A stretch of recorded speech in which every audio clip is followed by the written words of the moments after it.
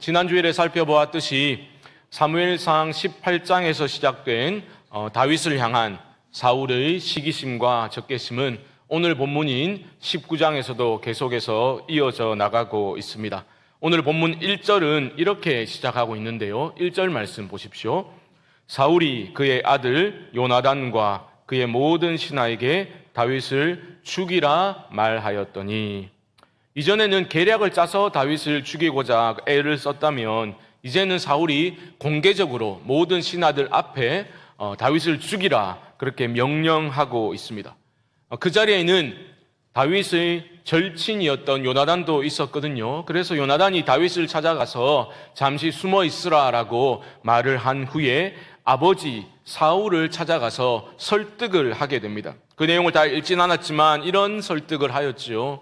다윗이 도대체 아버지께 잘못한 게 뭡니까? 오히려 온 이스라엘을 구원하는 큰 구원을 이룬 사람인데 왜 무죄한 피를 흘려서 죄를 지으려고 하십니까, 아버지? 이렇게 만류를 했던 겁니다. 그러자 사울이 아들에게 이렇게 반응하고 있지요. 6절 말씀 보시면 사울이 요나단의 말을 듣고 맹세하되 여호와께서 살아계심을 두고 맹세하거니와 그가 죽임을 당하지 아니하리라. 사울이 설득된 모습입니다. 그래, 내가 맹세한다, 여호와께 맹세한다, 다윗을 죽이지 않겠다라고 했죠. 하지만 다시 다윗이 그의 눈앞에 나타나자 그런 맹세는 맥없이 무너지고 말았습니다. 여러분, 시기라는 죄는 굉장히 치명적인 죄입니다. 자기 마음을 다스리지 못하게 만듭니다. 맹세를 해도 아무 소용이 없는 거죠. 그래서 사울이 참지를 못하고 다윗을 향해 또다시 단창을 던지게 됩니다. 그것을 피해서 다윗은 안 되겠구나, 집으로 피신하게 되죠. 사울의 분노는 가라앉지 않았습니다. 군사들을 보내서 집을 지키게 하고 아침에 죽이라라고 명령을 하죠.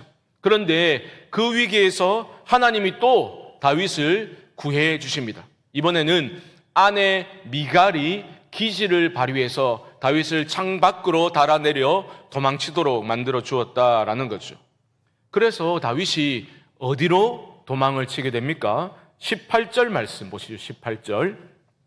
다윗이 도피하여 라마로 가서 사무엘에게로 나아가서 사울이 자기에게 행한 일을 다 전하였고 다윗과 사무엘이 나요스로 가서 살았더라. 여러분, 큰 위기의 때에 다윗이 라마에 있는 나요스로 갔다라고 말하는데요. 이것은 중요한 신앙적인 의미가 있습니다. 그 전에 생각해 볼 것은 다윗에게 이런 큰 위기와 고난이 언제부터 시작되었는가라는 것을 생각해 봐야 합니다. 다윗은요, 그가 하나님께 선택받고 기름 부음을 받은 후부터 본격적으로 그의 삶에 큰 고난이 닥쳐오게 되었다라는 겁니다. 물론 그전에도 삶에 크고 작은 어려움이 있었겠죠. 하지만 기름 부음을 받은 후에 견딜 수 없는 억울한 고난과 위기를 계속해서 맞이하게 되었다라는 겁니다. 그러니까 우리에게 사명의 길을 걷는다라는 것은 꽃길을 걷는 것이 아니라 그 길은 고난의 길이다라는 것을 알려주고 있는 거죠.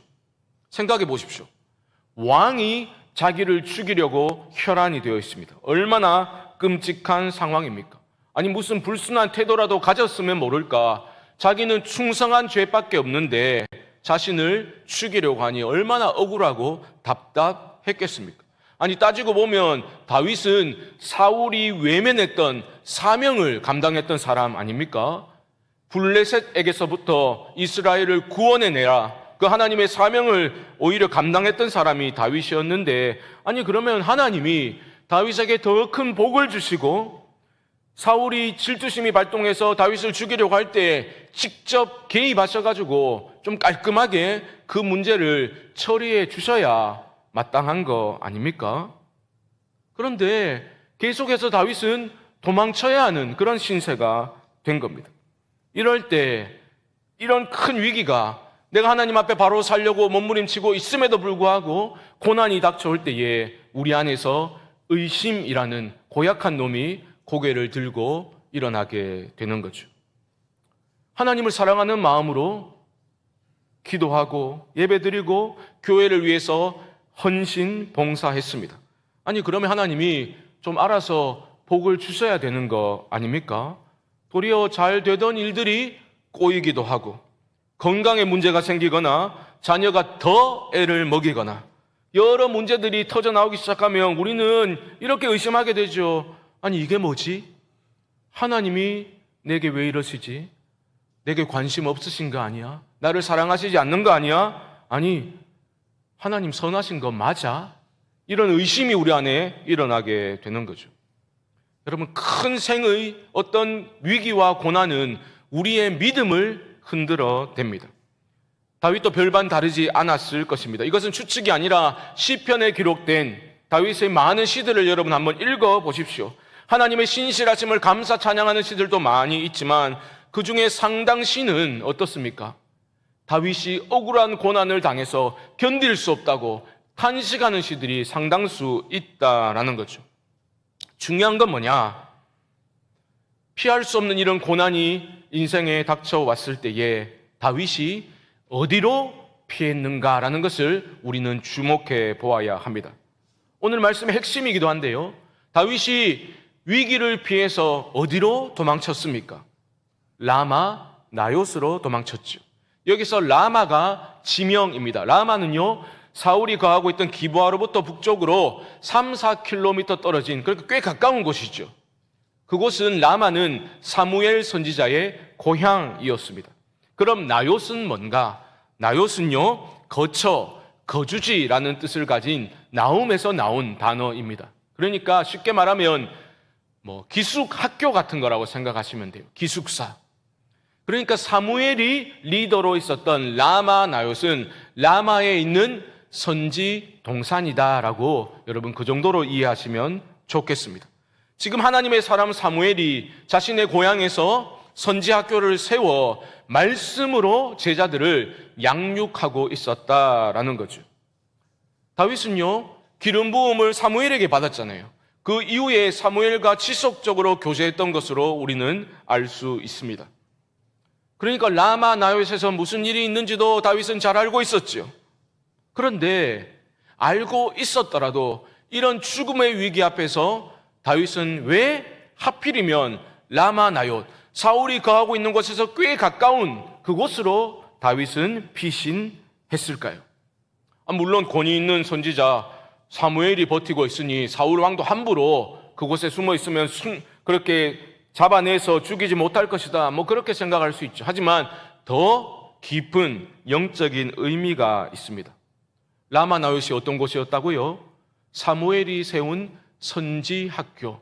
그러니까 그곳에 말씀이 선포되고 말씀으로 충만한 말씀의 공동체가 라마 나요스였다라는 겁니다.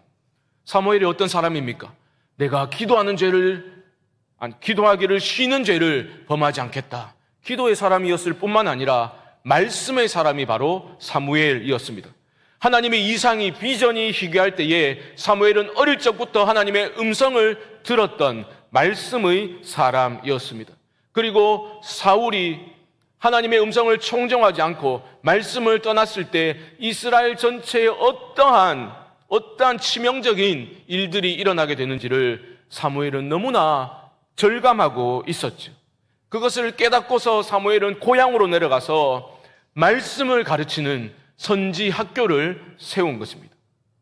그러니까 한마디로 라마 나요스는 하나님의 말씀과 하나님의 임재로 충만한 곳이었다. 그렇게 이해할 수 있겠죠.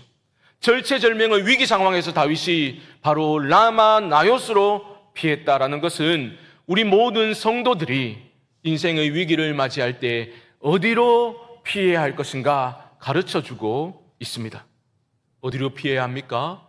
하나님의 말씀이 선포되고 하나님의 말씀이 살아 역사하고 하나님의 말씀으로 충만한 곳으로 우리는 피해야 하는 겁니다. 18절 말씀 다시 보십시오. 이렇게 말하지 않습니까? 다윗이 도피하여 라마로 가서 사무엘에게로 나아가서 사울이 자기에게 행한 일을 다 전하였고, 말씀의 공동체 안에서 어떤 일이 일어나는지를 잘 보십시오. 먼저 사무엘에게 다윗이 사울이 자기에게 행한 일을 낱낱이 고하고 있습니다. 사무엘은 이미 황폐화된 그 사울의 영적 상태를 누구보다 잘 알고 있었기 때문에 다윗이 털어놓는 그 모든 고충을 누구보다도 잘 공감해 줄 수 있었을 겁니다. 이것이 우리 교회 공동체 안에서도 정말 중요한 점을 시사하고 있지요. 무엇을 알려주고 있습니까? 하나님의 말씀 안에서 진정으로 우리는 서로의 아픔을 공감할 수 있다라는 거죠. 사무엘은요, 상처 입은 심령을 가지고 찾아온 그 다윗을 어디로 데려갑니까? 말씀이 나누어지고 말씀이 선포되고 있는 라마 나요스로 지금 데리고 가고 있다라는 겁니다. 여러분, 우리 모두는 저마다 삶의 자리는 다르지만 저마다 아픔과 고난을 가지고 염려와 근심을 가지고 이 땅을 살아가고 있지요. 참된 회복은 어떻게 일어나게 됩니까? 그러한 나의 상황과 어떤 심적인 나의 영적인 상태를 직시함으로써 회복은 시작된다라는 것을 기억하셔야 합니다. 그것을 우리는 믿음 안에서 지체들에게 말씀 가운데 또한 털어놓을 수 있는 그런 관계를 형성해 나가면 얼마나 좋겠습니까? 어떻게 내가 오픈할 수 있습니까? 나를 오픈하고 털어놓을 수 있습니까? 상대방을 신뢰하는 만큼 오픈할 수 있는 겁니다. 다윗에게 있어 사무엘은 그런 신뢰의 대상이었습니다. 하지만 여러분, 오해하지는 마십시오. 다윗은요, 사무엘을 찾아가서 자기가 너무 힘들다고 신세 한탄만 늘어놓은 것은 절대 아니었습니다. 말씀으로 충만한 공동체 안에서는 자기 신세 한탄하는 것으로 결코 마무리되지 않습니다. 진정한 회복을 경험하는 것은 그저 내 속에 있는 것 시원하게 다 털어놓는 것만으로는 이루어지지 않는다라는 거죠. 다윗은요, 오직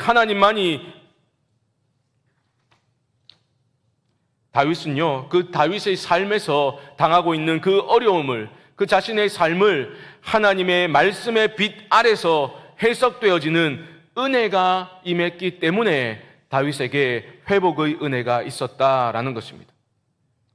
이런 회복을 하나님이 어디에서 주셨다고요? 라마 나요시라는 공동체 안에서 다윗이 그런 회복을 경험하도록 이끌어 가셨다라는 것을 우리는 기억해야 하는 겁니다. 사랑하는 성도 여러분, 성도의 삶이라는 것은 근본적으로 공동체 지향적인 삶입니다. 인생의 터가 흔들리고 무너지는 고난을 당하게 될 때에 우리는 깨닫게 되는 거죠. 내가 얼마든지 내가 가진 것들과 나의 지혜와 나의 능력으로 얼마든지 잘 살 수 있겠구나라고 믿었던 것이 얼마나 헛된 믿음이었는지를 깨닫게 되는 거죠. 나는 자기 충족적인 존재가 아니라 하나님이 다른 사람들을 필요로 하는 그러한 존재로 나를 만드셨구나. 나는 한없이 연약한 존재로구나라는 것을 고난을 통과하면서 우리는 깨닫게 되는 거죠. 그것이 어쩌면 고난의 유익이겠죠. 고난을 통해서 우리의 마음이 가난해집니다. 겸손해집니다. 더 진실해집니다. 바로 그때에 다른 사람들이 눈에 들어오기 시작하는 거죠. 다윗이 라마 나요스에서 체험한 은혜는 그저 마음의 위안만이 아니라 하였습니다. 믿음이 새로워지고 더 공고해지는 그러한 값진 시간이었던 거죠.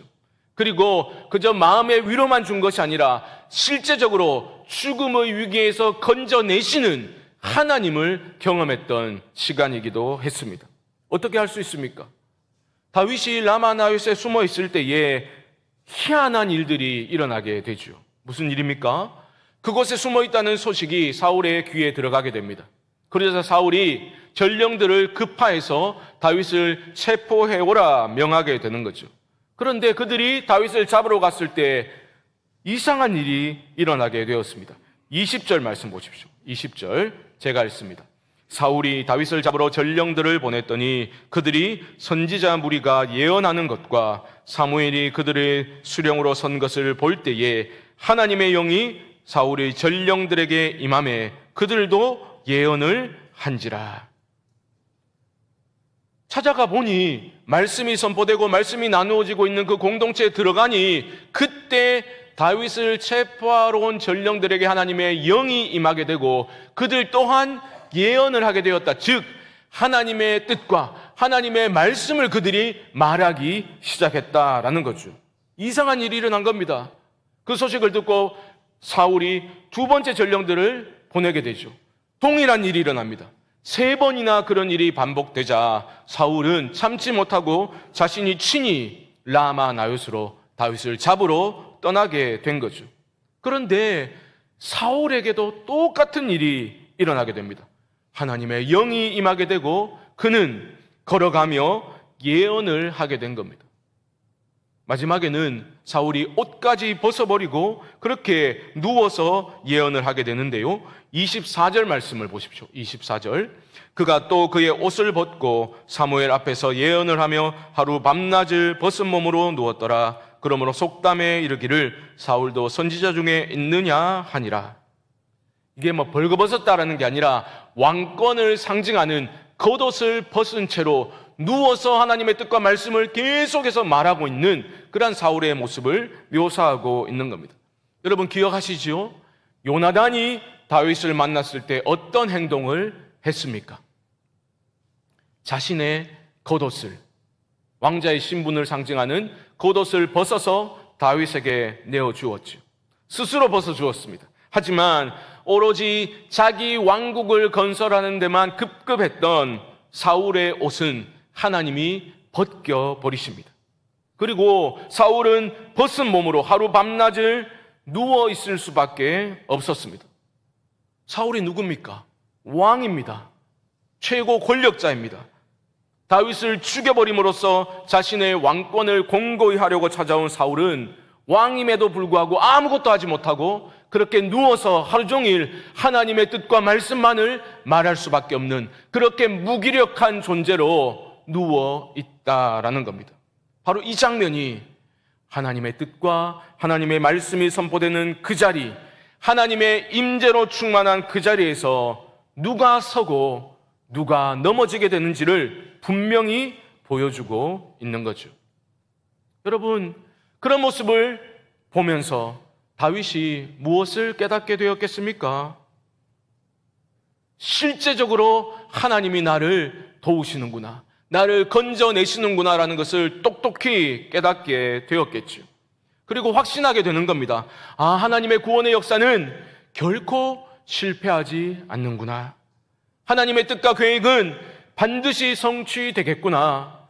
약속하신 하나님, 신실하신 하나님이시니 반드시 이루시겠구나. 다윗은 더욱더 확신하게 되었을 것입니다. 사랑하는 성도 여러분, 여러분들에게 질문을 드려보겠습니다. 여러분은 인생의 위기를, 고난을 맞이할 때 어디로 피하십니까? 위기 때에 말씀이 선포되는 곳, 말씀이 충만한 곳, 말씀 안에서 나의 삶이 해석되고 삶이 무너지는 말씀이 나누어지고 말씀이 묻어나는 삶을 나눌 수 있는 그러한 말씀의 공동체, 나의 라마 나요스로 피하실 수 있기를 주님의 이름으로 축복합니다. 바로 그곳에서 여러분의 삶이 회복되기 시작하는 것입니다. 바로 그곳에서 하나님의 강한 손이 여러분의 양 어깨 위에 놓여 있음을 똑똑히 발견하게 될 것입니다. 말씀이 능력이요, 말씀이 생명이라는 이 단순한 진리를 붙드실 수 있기를 바랍니다. 오직 하나님의 말씀만이 우리에게 참된 회복을 가져다 줄 수 있고 하나님만을 의지하겠다라는 믿음이 우리 안에 새로워질 수 있기를 소망합니다. 정말 그렇습니다. 다윗이 이런 고난을 통과한 후에 지은 시가 있습니다. 바로 시편 59편의 말씀인데요. 표제는 이렇게 알려주고 있습니다. 사울이 사람을 보내어 다윗을 죽이려고 그 집을 지킨 때에 라고 그 배경을 설명해주고 있습니다. 이 시를 읽어보십시오. 다윗은 견딜 수 없는 고난으로 탄식을 하고 있습니다. 하지만 탄식만 하며 주저앉아 있지는 않았습니다. 왜냐하면 성도의 고난은 끝이 막혀버린 동굴이 아니라 통과할 수 있는 터널이기 때문입니다. 여러분, 우리가 당하는 고난은 너무 힘들죠. 여기서 고난 자체를 기뻐할 사람 누가 있습니까? 저도 할 수만 있으면 고난이 좀 다 비껴 지나갔으면 좋겠어요. 그게 다 우리의 솔직한 심정 아닙니까? 하지만 성도가 당하는 고난은 결코 고난 자체로 끝나지 않는다는 것을 여러분 믿으셔야 합니다. 고난이 의미가 있고 때로는 고난이 유익이 있다는 것을 우리는 믿음으로 받아야 하는 겁니다. 다윗은 이런 죽을 것 같은 고난을 통과하면서 무엇을 배웠습니까? 그게 어떤 유익이 있었습니까? 시편 59편을 읽어보십시오.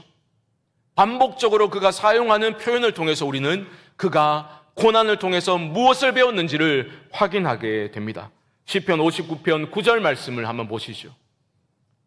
하나님은 나의 요새이시니 그의 힘으로 말미암아 내가 주를 바라리이다. 반복적으로 나오는 게 하나님의 힘, 주의 힘이라는 표현입니다. 16절 말씀도 보여주십시오. 16절 나는 주의 힘을 노래하며 아침에 주의 인자하심을 높이 부르리오니 이렇게 선포하고 있죠. 그리고 마지막 절인 17절 말씀을 보십시오. 17절 나의 힘이시여 내가 주께 찬송하오리니 하나님은 나의 요새이시며 나를 긍휼히 여기시는 하나님이심이니이다. 여러분, 우리는 고난을 당할 때에 너무나 힘들지만 우리는 고난을 통해서 이제껏 내가 무엇을 의지하며 살았는지, 내가 무엇을 위해 살아가고 있는지를 깨닫게 됩니다. 다윗은 오직 하나님만이 자신의 힘이 되시는구나라는 것을 이 고난을 통과하면서도 확실히 깨닫게 되었고 붙들게 되었습니다. 그래서 믿음으로 선포하고 있는 거죠. 나의 힘이신 여호와여 선포하고 있는 겁니다. 동일한 맥락에서 사도 바울도 고린도 교회 성도들을 향해서 고난의 유익에 대해서 이렇게 간증하고 있습니다.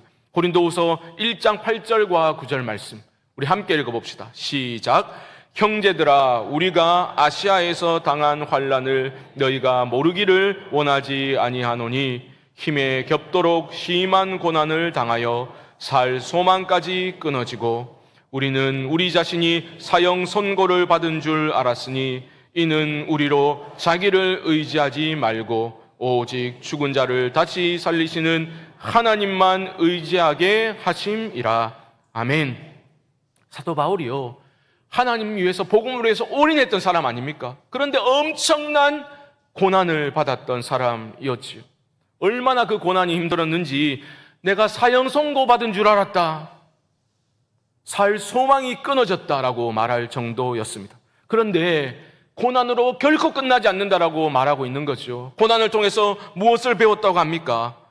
나 자신을 의지하지 말고 죽은 자를 다시 살리시는 전능하신 하나님만, 생명의 주님만을 의지하는 법을 배웠노라 성도들에게 간증하고 있는 겁니다.